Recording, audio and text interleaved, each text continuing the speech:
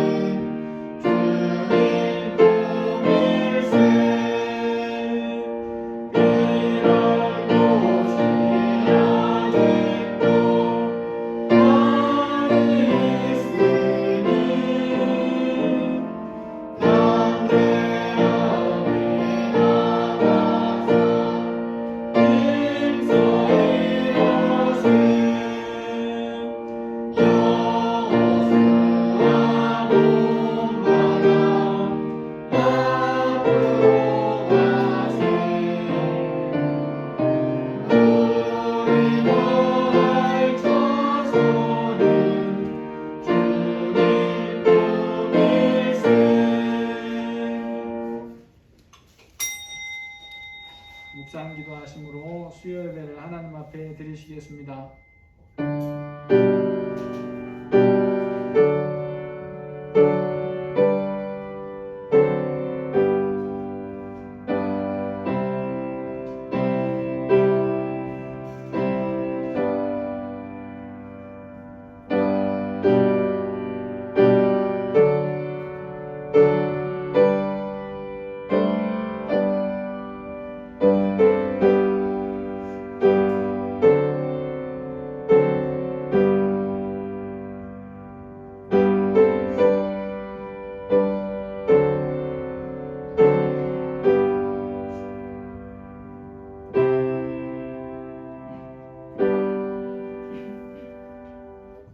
사도신경으로 신앙 고백하시겠습니다.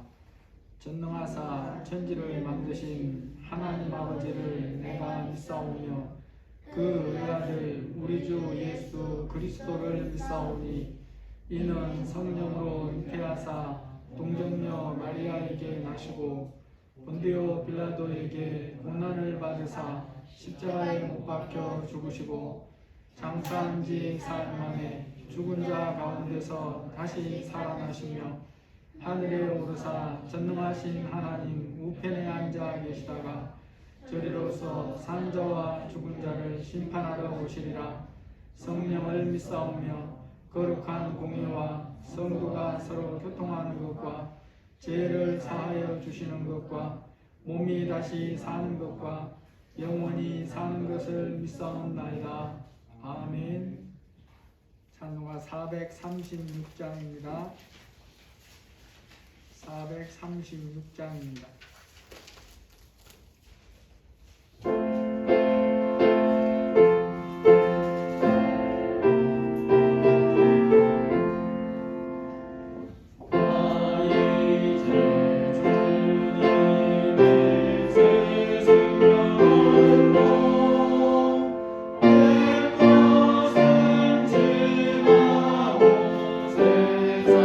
세상이로다 그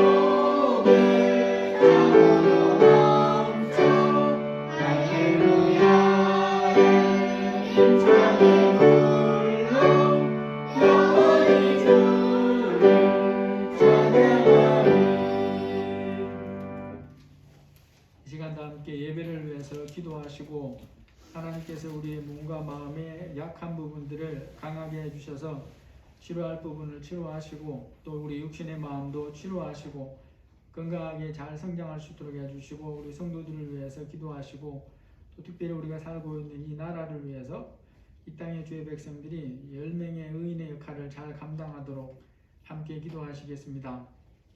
하나님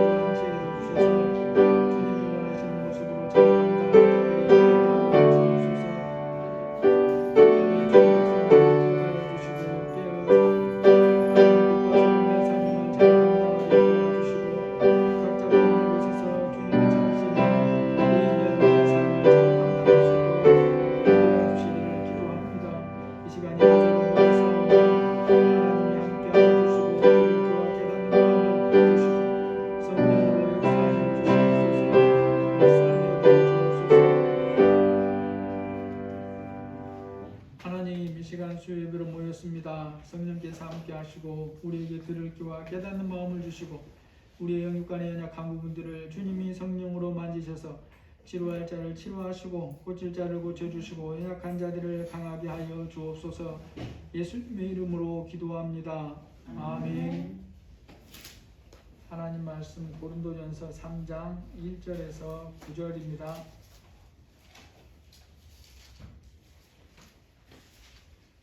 고린도전서 3장 1절에서 9절입니다.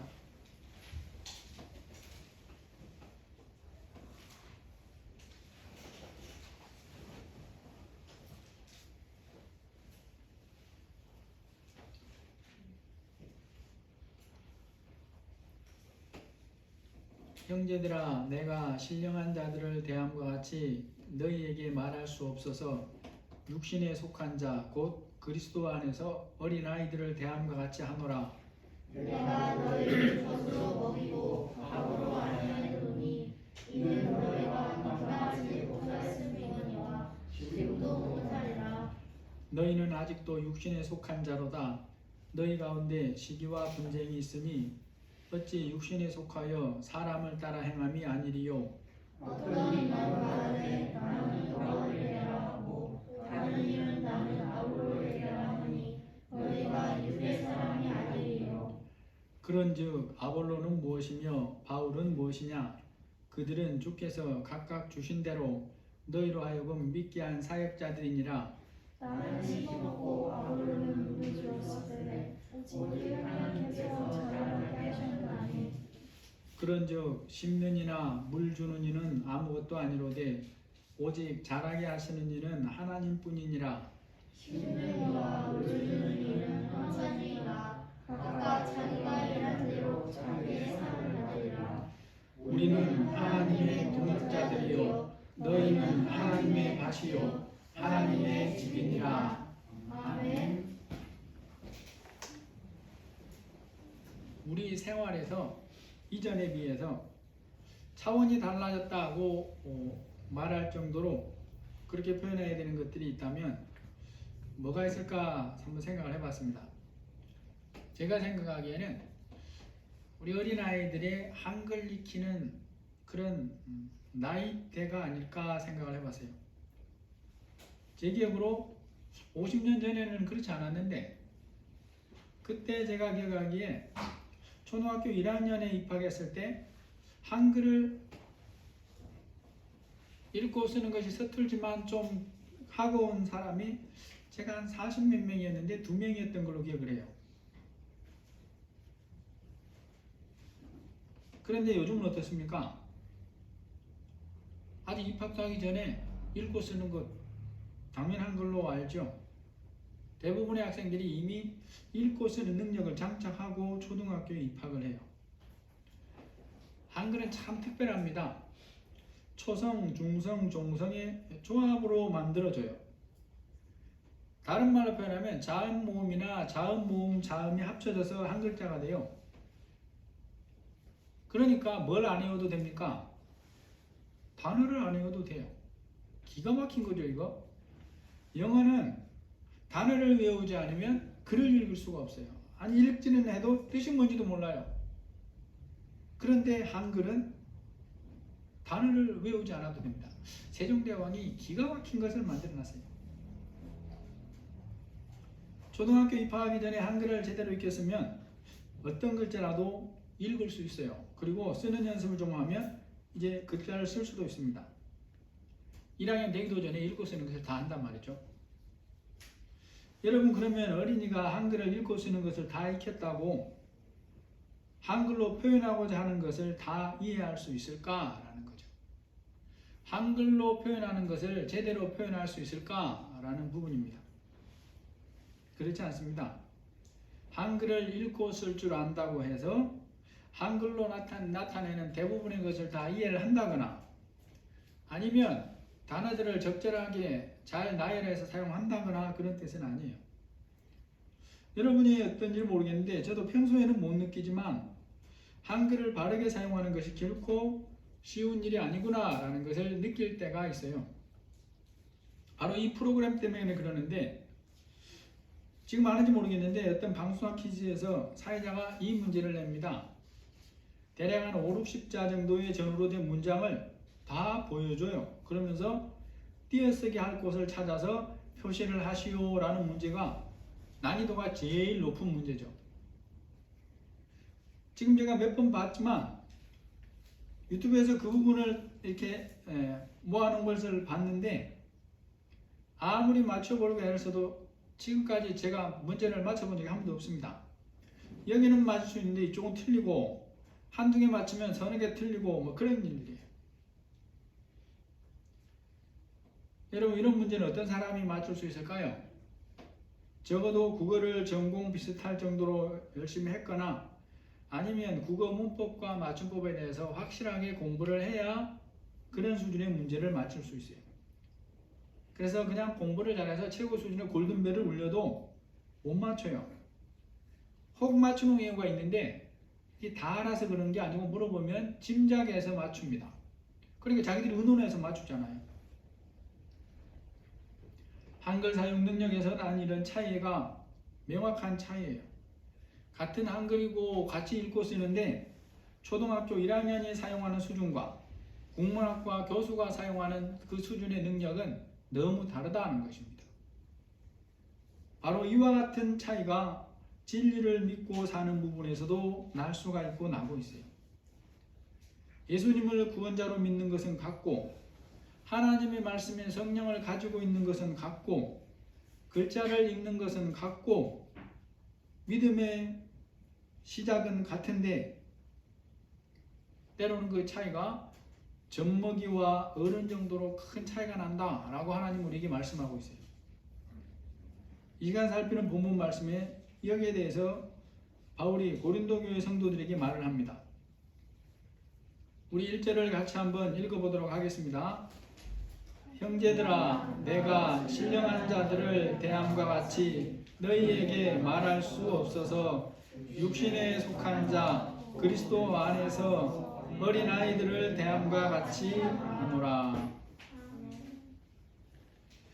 바울이 고린도 교회 성도들에게 말씀을 전하면서 뭐라 그러냐? 내가 신령한 자들을 대함과 같이 너희에게 말할 수 없어서 라고 말합니다. 주한이한테 한번 물어볼게요. 혹시 신령한 사람이 어떤 사람인지 알아요? 잘 모르겠어요. 옛날에 전설의 고향 같은 거 보면 산속에서 안개 낀 날 허연 옷을 입고 허연 수염이 난 사람이 이 신령한 사람인 것처럼 그렇게 나와요. 그리고 동양적인 문화 사고에는 그런 생각들이 들어있어요. 그러나 바울이 말하는 신령한 사람은 그러한 것과는 아무 상관이 없습니다. 이 말씀에서 신령한 자가 바로 믿음 안에서 성장해 가는 사람을 의미해요. 어느 정도로 성장했는지는 우리가 모르지만 적어도 바울이 그들에게 전하려고 하는 진리를 이해하고 믿음으로 받아들일 수 있는 정도로 성장한 사람을 가르쳐서 지금 신령한 자다라고 표현을 하고 있는 거예요. 여러분, 바울이 보내는 이 말씀을 받는 고린도 교회 성도들은 예수님을 구원자로 믿는 부분에서 분명한 믿음이 있습니다. 바울이 그걸 인정을 하죠.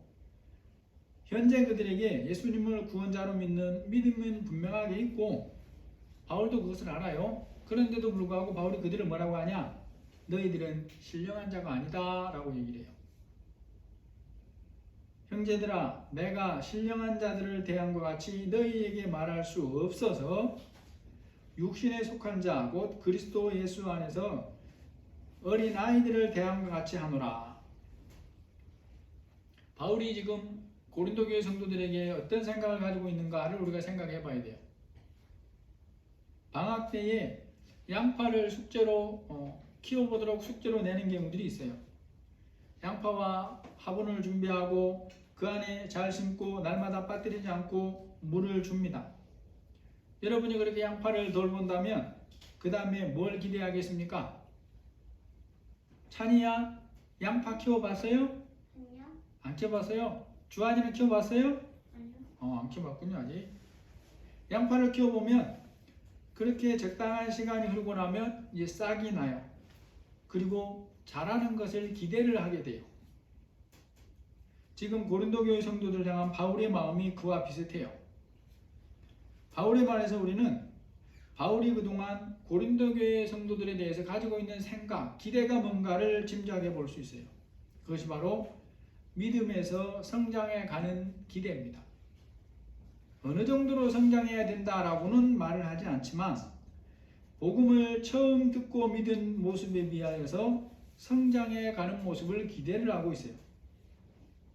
이제 지금쯤이 되었다면 바울이 그들에게 전달하려고 깨닫게 하려고 하는 그런 믿음 말씀을 진리를 믿음으로 받고 그것을 깨닫고 살아가기를 바라는 그런 정도의 기대를 하고 있다 이겁니다.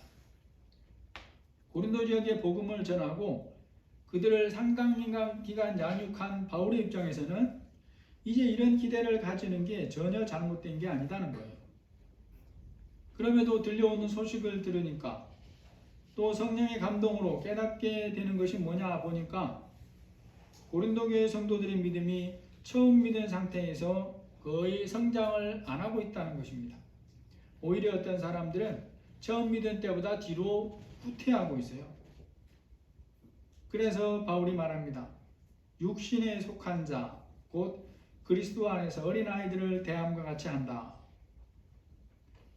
성경에서 어린아이는 두 가지 의미로 등장을 합니다. 아주 반대되는 의미를 가지고 있어요. 좋은 면에서 예로 드는 경우는 어린이는 어릴수록 부모 말을 의심하지 않고 그대로 믿고 따릅니다. 믿음이라는 말을 쓸 필요도 없어요. 그냥 부모가 하는 말은 다 그대로 받아들여요. 내일을 염려하는 경우도 없습니다. 부모가 가는 곳이면 어디라도 기쁘게 따라가고 부모가 팔을 내밀면 위에서라도 얼마든지 안기고 달려들고 그래요. 어린이가 부모를 믿고 따르는 면에서 그러하다는 것을 예로 들어서 예수님이 믿는 자들에게 어린아이와 같은 자세로 예수님을 따르라고 말씀합니다. 자기 계산을 내려놓고 아이처럼 부모를 신뢰하고 따르라 라고 말해요. 그리고 믿음으로 그렇게 따르는 자들을 하나님이 책임져 준다고 약속을 합니다. 그런데 어린이를 예로 드는 또 한 가지는 부정적인 면입니다. 어린이는 어른에 비해서 분별력이 없고 이해하는 능력이 약해요. 이런 면에서 진리를 들어도 이해하지 못하고 그래서 또 말씀을 믿지도 않고 자기 생각대로 하려고 하는 사람을 어린아이에 비유한다는 거죠. 고린도 교회 성도들의 믿음이 어린아이와 같다는 것을 알게 된 바울이 그들에게 다음 단계의 진리로 양육을 해야 되는데 그걸 못한다는 거예요. 왜냐하면 여전히 어린 아이로 있기 때문에 그런다는 것입니다. 그래서 어쩔 수 없이 말하는 거예요. 내가 너희를 저주로 먹이고 밥으로 아니하였노니 이는 너희가 감당하지 못하였음이거니와 지금도 못하리라. 이전에도 그 수준에 이르지 못했는데 지금도 아직 그 수준에 이르지 못하고 있구나 라고 말씀하고 있어요. 이런 말씀을 보면서 우리의 모습을 좀 살펴볼 필요가 있습니다. 하나님께서 나에게 더 높은 진리 혹은 더 깊은 진리를 들려주시지 않으신다면, 말씀에 대해서 깨닫게 하심이 없다면 그 이유가 무엇일까를 생각을 해봐야 된다라는 거죠. 내가 믿음에서 성장해 가고 있지 못하기 때문에 지금보다 한 단계 더 나은 수준의 진리를 말씀해 주실 수가 없는 것이 아닌가, 우리 자신들을 돌아보면서 살아야 된다는 것입니다. 하나님의 자녀된 자들에게 믿음의 성장은 무엇에서 비롯됩니까? 믿는 사람이기에 말씀을 알아가기 위해 힘쓰며 살아야 하는 것은 성경에서 당연하다고 말씀을 하죠. 그런데 말씀을 지금보다 더 많이 알아야 믿음에서 성장해 가는 것이 아닙니다. 우리가 이 부분을 잘 분별해야 돼요. 말씀을 지식으로 많이 아는 것과 믿음의 성장은 같은 것이 아니라는 거예요. 말씀을 많이 알아도 어떻게 듣는가에 따라서 성장과는 전혀 상관이 없기도 하는 거죠. 말씀을 많이 아는 것과 믿음 성장의 관계에 대해서 우리가 바르게 알아야 됩니다.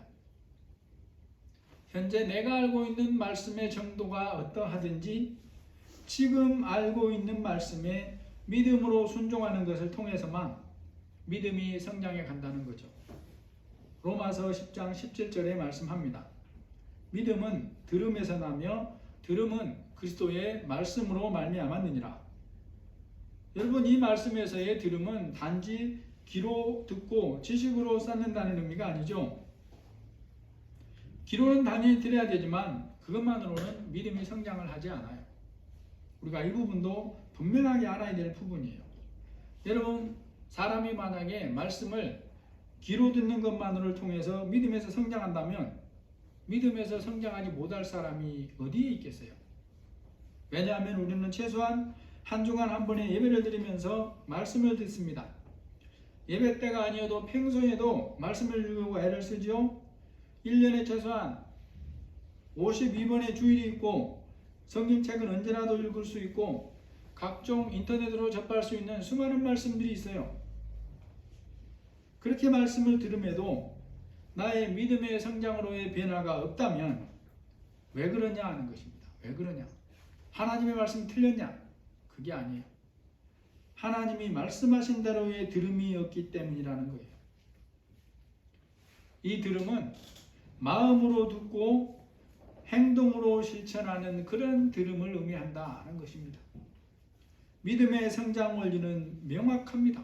여기서 예외가 되는 사람은 한 사람도 없어요. 하나님의 말씀이 이러하기 때문에 하나님께서 나에게 더 깊은 진리를 깨닫게 하시지 않는다면 그 큰 이유가 이것일 수 있다는 것을 알아야 된다는 거예요. 하나님께서 말씀해 주시는 더 깊은 진리를 내가 수용할 정도로 믿음에서 성장하지 않기 때문에 주님이 나의 상태를 너무나 잘 아시기 때문에 주님께서 더 깊은 진리를 들려주시지 못하고 계신다라는 거죠. 여러분, 그리스도인이 더 깊은 진리를 듣지 못하고 살면 손해를 누가 볼까요? 예수님이 보시거나 성령님이 손해보시는 게 아닙니다. 더 깊은 진리를 들어서 하나님과 깊이 소통함으로 하나님께서 그의 삶에 부으시려는 풍성한 은혜를 누리면서 살아야 될 내가 손해를 본다는 것을 알아야 돼요. 바로 내가 손해를 보는 것입니다. 여러분, 믿음의 어린 상태에 머물게 되면 어떤 종류의 일에 열심을 내게 됩니까? 성도가 믿음이 어리다고 해서 가정이나 교회에서 아무것도 하지 않고 살거나 또는 삶에서 중요한 일은 아무것도 결정하지 않고 사는 게 아니죠. 겉모습에 있어서는 어른과 같은 모습이어서 어른이어야 할 수 있는 일을 하면서 살아요. 또 그러한 일을 하는 것을 당연하게 여깁니다. 그러면 문제는 뭐냐라는 거죠. 겉모습만 어른처럼 보일 뿐 그가 가진 진리의 분별력에서 보면 실제로는 어른이 아니라 어린이 수준이에요. 진리를 깨닫고 반응하면서 사는 부분이 어린이 수준에 머물러 있으니까 주님께서 그와 소통하고자 하는 그런 삶의 수준이 어린이 수준에 머물러 있으니까 겉모습은 어른이어도 하는 말의 지혜나 행동은 어린이 수준을 벗어나지 못하는 것입니다. 진리에 대하여 그러한 어린아이 수준의 분별력을 가지고도 가정생활을 해요.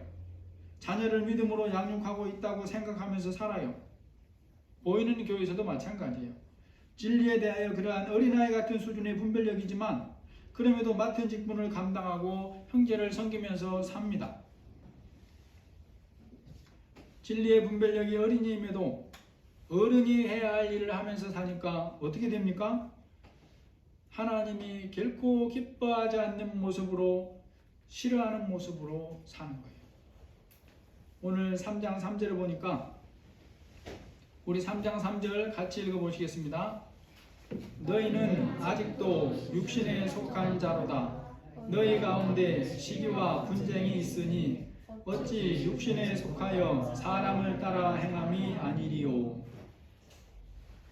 여러분, 사람이 성장해가는 과정에서 어릴 때일수록 특히 약한 부분이 있어요. 사람이 어릴수록, 어린이일수록 자기 것에 대한 집착이 상상 이상으로 큽니다. 어린 아이에게 그가 가지고 있는 장난감을 한번 내가 취해보면 어떻게 반응하는가를 볼 수 있어요. 당황해서 가만히 있기도 하지만 대부분의 경우에는 울면서 달라하고 그래요. 자신의 장난감을 가져가는 상대방이 상대가 크기가 어떠하든지 자기가 손을 뻗어서 잡을 수 있을 경우라면 잡고 자기에게로 당깁니다. 안 주죠. 사람이 어릴수록 상대방의 입장을 살피고 이해하는 힘이 부족해요. 그래서 대화로 해결할 수 있는 경우에도 싸움과 다툼으로 분쟁으로 커지는 일이 많아요. 믿음에서 성장해가지 못하고 있는 고린도 교회 성도들이 지금 교회 안에서 힘써 하고 있는 일이 뭐였습니까? 그것이 바로 시기와 분쟁이라고 하는 일이에요.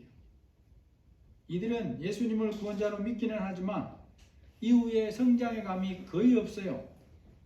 그런 모습으로 살면서도 직분을 감당하고 그러다 보니까 분쟁할 일이 아니어도 시기하고 분쟁을 하는 것입니다. 고린도 교회 성도들의 분별력이 어느 정도로 약한가? 고린도전서 6장 1절 2절에 보면 말씀을 해요. 너희 중에 누가 다른 이와 더불어 다툼이 있는데 구태여 불의한 자들 앞에서 고발하고 성도들 앞에서 하지 아니하느냐? 성도가 세상을 판단할 것을 너희가 알지 못하느냐? 세상도 너희에게 판단을 받겠거든 지극히 작은 일 판단하기를 감당하지 못하겠느냐? 바울이 고린도 교회 성도들에게 하는 이 말씀의 담긴 의미가 뭡니까? 바울은 믿는 자들 사이에는 어떤 일로도 송사가 없어야 한다고 말하는 것이 아니에요. 송사에 이르는, 다시 말해서 법정인 소송에 이르는 논쟁이나 분쟁거리가 전혀 없어야 된다, 그런 말이 아니에요. 교회나 믿는 사람 사이에도 때로는 분쟁거리가 생길 수밖에 없어요. 사람이기에 때로 그러한 것은 생겨나는 것이 어쩔 수 없고 그런 것은 법으로 해결을 해야 돼요. 우리 시절에 있는 어떤 교회 중에 하나가 출입구 문이, 그러니까 현관문 말고 한 20m 정도 거리에서 그 안에까지 들어오는 그 골목길이 있는데 그 골목의 바로 앞쪽이 건물이 있었어요. 그전에는 그것을 서로가 몰랐는데 그 건물을 뜯고 측량을 해보니까 이 교회 땅이, 그거가 이제 교회가 산 건데 60cm가 더 그 땅에 들어가 있었어요. 그러니까 이제 측량을 하니까 안 했으면 모를 텐데 그 건물에서 그걸 했거든요. 그러니까 그 목사님 얘기가 그래요. 저는 차마 표현을 못 했는데 그 사람 앞에서 우리 장로님들은 너무너무 좋아하고 그 주인은 속이 상해서 속이 끓더라 그러는 거예요. 안 했으면 그걸 몰랐을 텐데. 왜냐하면 그 두 대가 간신히 교양을 한대요. 그런데 60cm를 찾고 나니까 두 대가 한 대를 대고도 넉넉하게 가는 거예요. 여러분, 그런 것은 뭘로 해결해야 됩니까? 싸워서 해결하는 게 아니고 법을 통해서 해결을 해야 돼요. 그런 것들이 없다는 얘기가 아니에요. 그런데 문제가 있어요. 성도 사이에 그런 일은 어떻게 해결해 가야 되느냐라는 거죠. 현재 고린도 교회 성도들 안에 무엇인가 원인은 말하지 않지만 시기하고 분쟁하는 일이 생겼어요. 그것을 교회 안에서 말씀의 가르침을 따라서 판단하고 영적 지도자들의 조언과 지도를 받아서 하나님이 기뻐하는 모습으로 해결하려고 노력을 해야 됩니다. 성경에서 이미 그렇게 하라고 가르치고 있죠. 그럼에도 고린도 교회 성도들이 믿음이 어리다 보니까 그렇게 하지 못하고 있는 것을 하나님이 바울을 통해 책망하고 있다는 거예요. 그들이 4개의 파당으로 나누어서 누구에게 세례를 받은 것이 최고이냐로 분쟁을 했는데 또 뭘로 분쟁하고 있어요? 뭔지는 모르지만 시기하고 분쟁하다가 그것을 세상 법정으로 가져가서 소송을 하고 있어요. 말씀의 가르침을 따르지 않고 세상의 방법을 따르고 있더라는 것입니다. 분별력이 어린아이 수준에 있으면서 하는 행동이 뭐냐? 그렇게 분쟁하는 거예요. 그것을 말씀으로 책망해요. 말씀의 가르침이 아닌 세상 방법을 따르는 것이라고 책망해요. 너희 중에 누가 다른 이와 더불어 다툼이 있는데 구태여 불의한 자들 앞에서 고발하고 성도들 앞에서 하지 아니하느냐? 여러분, 성도 간에도 때로 분쟁이 생길 수 있죠? 그럴 때 분쟁을 교회 안에서 말씀의 가르침을 따라 해결하면서 살려고 무엇을 실천해야 하냐 하는 거죠. 그것을 실천 안 하면 어떻게 되어 가야 되느냐는 것입니다. 성도가 믿음에서 성장해 가야 그런 말씀을 실천할 수가 있는 거예요. 그들이 예수님을 믿는 자들이기에 이러한 수준으로 성장해 가라고 말하는 것입니다. 성도가 세상을 판단할 것을 너희가 알지 못하느냐? 세상도 너희에게 판단을 받겠거늘 지극히 작은 일 판단하기를 감당하지 못하겠느냐? 이러한 부분에서 성도가 성장해 간다는 것은 또한 분별력과 절제력이 커진다는 말이고 표현하는 부분에서 지혜로워진다라는 것과도 같습니다. 어린이가 자라가면서 어릴 때 쓰던 말과 행동이 달라지는 것처럼 성도가 진리 안에서 성장해 가면 말과 행동이 말씀의 교훈을 따라 달라지고 지혜로워져야 돼요. 또 한 가지 오늘 말씀에서 살펴야 될 중요한 교훈이 있습니다. 성도가 믿음에서 성장해 가려면 사람을 의지하지 않아야 된다라고 말씀하고 있어요. 오늘 3장 4절 5절입니다. 우리 4절 5절 같이 읽어보시겠습니다. 어떤 이는 말하되 나는 바울에게라 하고 다른 이는 나는 아볼로에게라 하니 너희가 육의 사람이 아니리요. 그런즉 아볼로는 무엇이며 바울은 무엇이냐? 그들은 주께서 각각 주신 대로 너희로 하여금 믿게 한 사역자들이니라. 여러분, 우리는 바울의 이 말을 바르게 이해해야 됩니다. 바울은 그들에게 복음을 전달했고 진리를 깊이 가르치며 양육하는 사명을 감당하는 수고하는 자들이 별것 아니라거나 깎아내리려고 이 말을 하는 게 아니죠. 바울이나 아볼로가 맡은 그런 사명이 의미 없고 하찮은 것이라 하는 뜻으로 하는 말이 아니라는 것입니다. 그러한 수고에 대하여는 하나님이 잘 아시기 때문에 결산할 때에 하나님이 적절한 상을 줄 것이라고 말해요. 8절에 보니까 심는 이와 물 주는 이는 한 가지이나 각각 자기가 일한 대로 자기의 상을 받으리라. 그들의 수고에 대해서 하나님이 인정해 줍니다. 하나님이 기억하시는 거예요. 바울이 4절 5절 말씀에서 특별히 나는 바울에게라 하고 다른 이는 말하되 나는 아볼로에게라 하니 너희가 육의 사람이 아니리요. 그런즉 아볼로는 무엇이며 바울은 무엇이냐 라고 하는 말씀을 우리가 무슨 뜻으로 하시는지를 깨달아야 된다는 것입니다. 그들에게 복음을 전해 주어서 듣게 하였고 들어서 믿은 후에 양육을 한 것은 사실이죠. 이건 그들이 한 수고예요.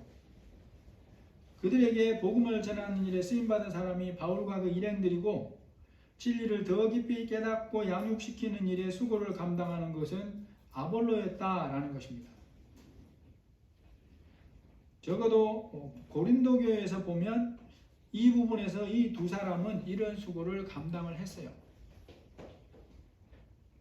그래서 영원한 생명을 얻은 그들 입장에서 보면 그렇게 복음을 전하고 양육의 수고를 감당한 그들에게 고마워하고 감사해야 할 일은 당연한 거예요.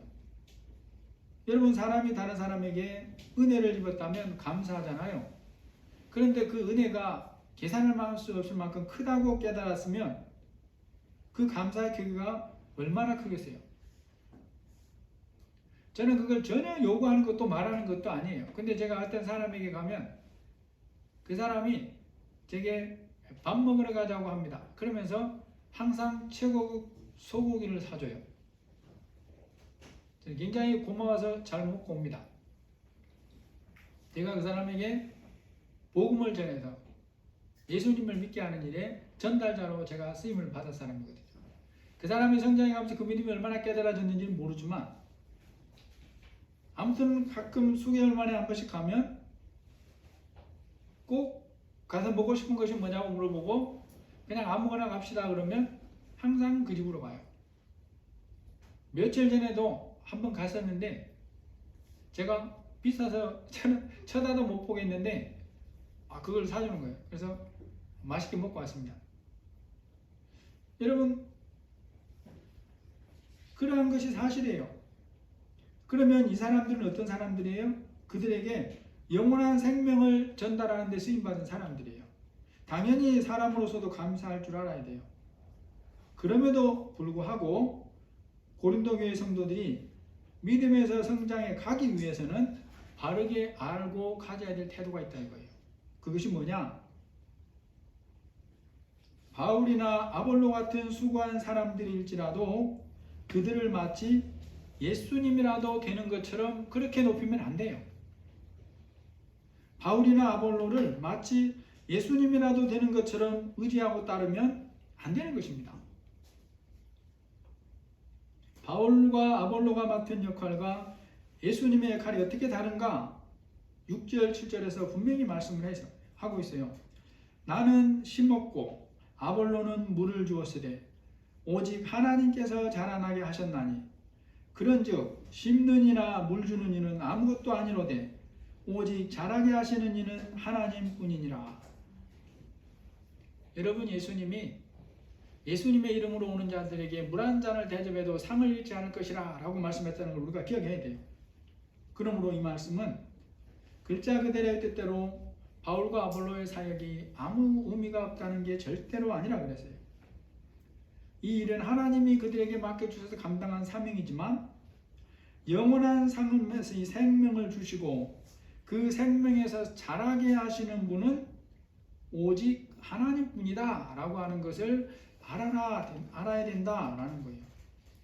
사람에게 영원한 생명을 주시고 믿음에서 자라게 하시는 이 본질적인 부분에서 전달자로 쓰임받은 바울이나 양육자로 쓰임받은 아볼로가 영향을 미치지 않는다는 거예요.